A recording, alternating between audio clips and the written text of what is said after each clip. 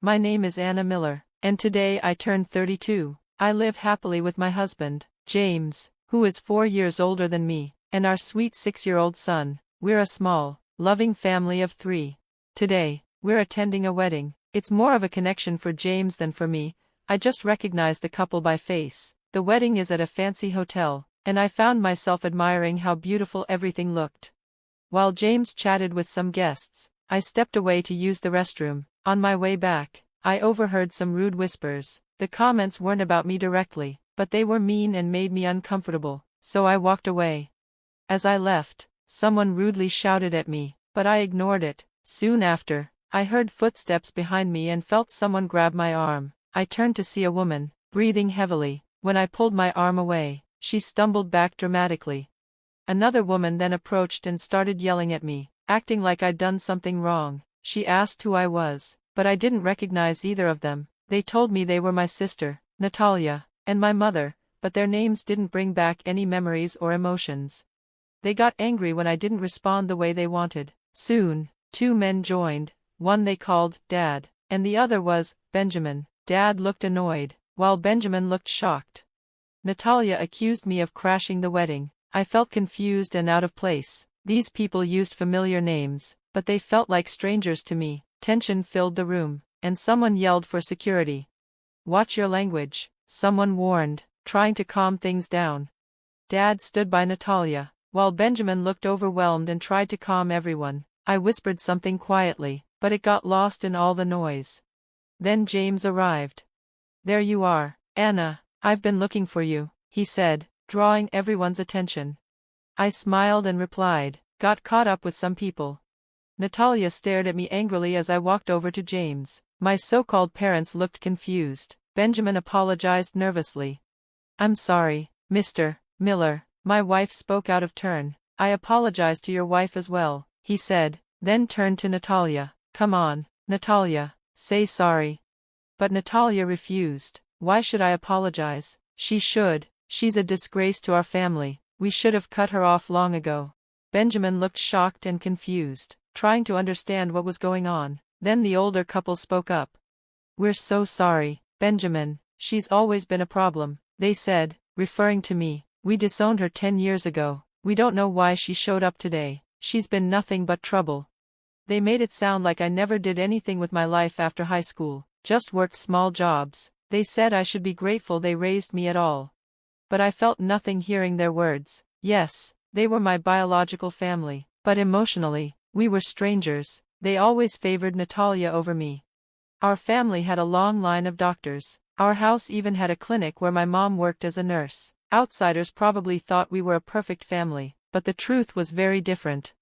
As a child, I tried hard to earn their love, but over time, I realized they only cared about Natalia. She was the pretty, favored one. I was ignored, but I was smart, and I used that to escape their toxic home. They always told me, "You're not going to college. You're useless. Start working right after high school and help support the family. Be thankful we even raised you." They never believed in me, but they were happy to spend money on Natalia's education. During my last year of high school, I decided I was done seeking their approval. "You'll never amount to anything," they used to say, but what they didn't know was that I had been secretly recording their hurtful words for years. I kept track of all the emotional abuse. Natalia joined in too. "I'm going to become a doctor and take over the clinic," she used to boast. "Since my big sister is such a failure, I'll succeed for both of us." Our parents always nodded in agreement.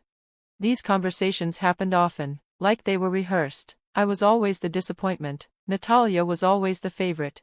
After high school, I worked part-time jobs for 4 years. I still lived at home, though they treated me like a burden. They wouldn't let me leave because they wanted control.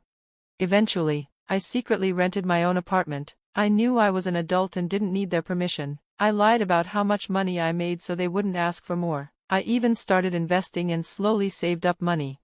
Later, when Natalia was studying for her high school exams, she complained that I was distracting her. That's when my parents finally told me to leave. I don't think they expected me to stay away for good, but I did. And I never looked back. That was all it took. 10 years later, at a wedding, I overheard an argument between my sister Natalia and her husband, Benjamin. They were upset about something. But it seemed like a misunderstanding about who was invited. Benjamin insisted that I had been invited. It was Natalia and Benjamin's wedding, something I knew but didn't care much about. I had let go of all interest in my old family a long time ago. As the argument got louder, my father suddenly realized who Benjamin was. "Wait, isn't he the son of the director of Miller General Hospital?" he asked in shock. My mother and Natalia were just as surprised. At that moment, my husband, James, stepped forward. "Nice to meet you, I'm James Miller, and this is my wife, Anna," he said warmly. James came from a respected family of doctors. His parents ran a hospital, and James himself was a medical student when we met. My parents were stunned. After years of treating me as if I was worthless, they now looked at me differently because of my husband. Then Benjamin, trying to ease the tension, said, "I can't believe Dar. Miller's wife is my sister now. What a small world." He even apologized for how things had gone earlier. I had once taken my son to him when he was sick, and Benjamin had been kind. He suggested we start treatment right away at his hospital.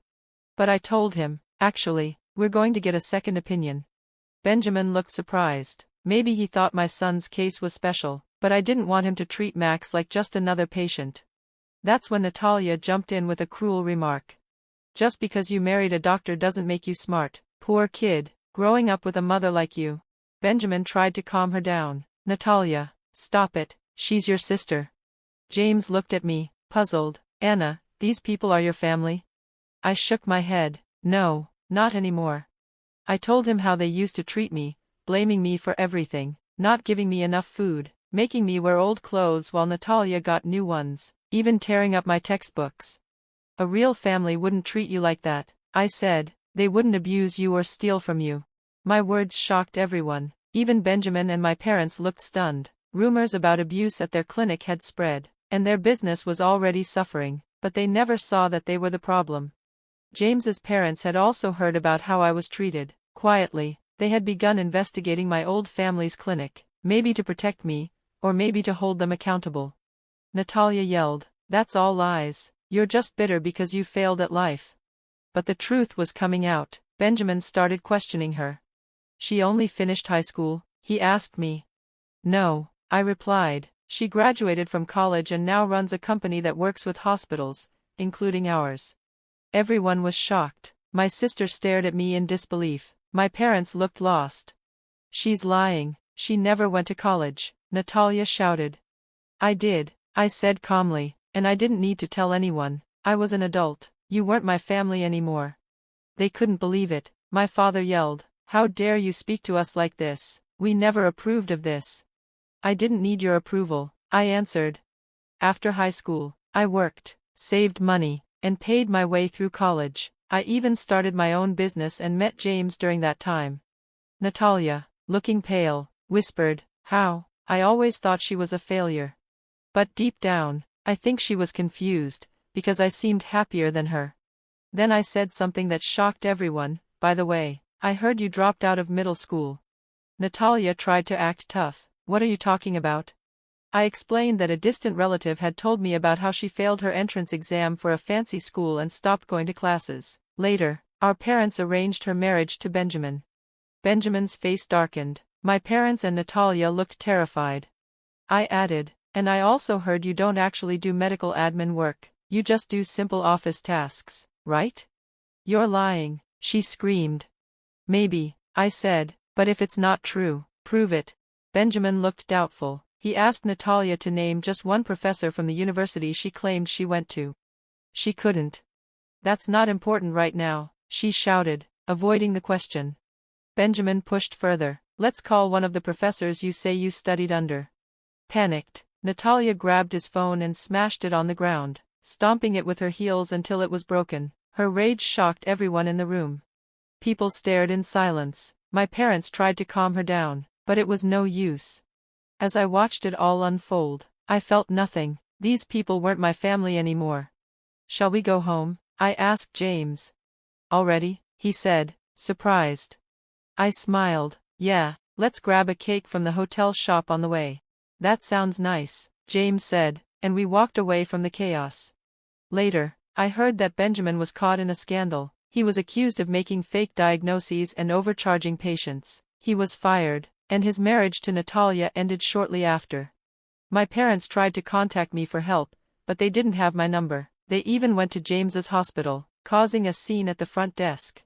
"She's our daughter-in-law. Let us talk to her," they begged.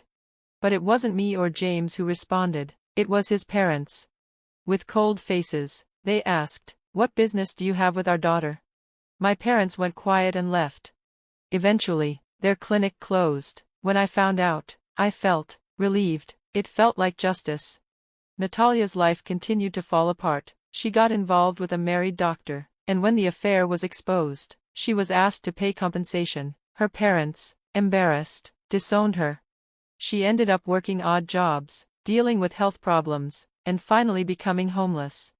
As time went on, I stopped caring about her. My former parents, now nearing retirement, couldn't find work because of their bad reputation. No one wanted them anymore. They became nothing more than a memory from my past. Meanwhile, my son's health improved after we took him to a different hospital. He didn't need to be admitted anymore, just regular medicine and checkups. That moment reminded me, my real family was here, my husband and my son. They were all I needed.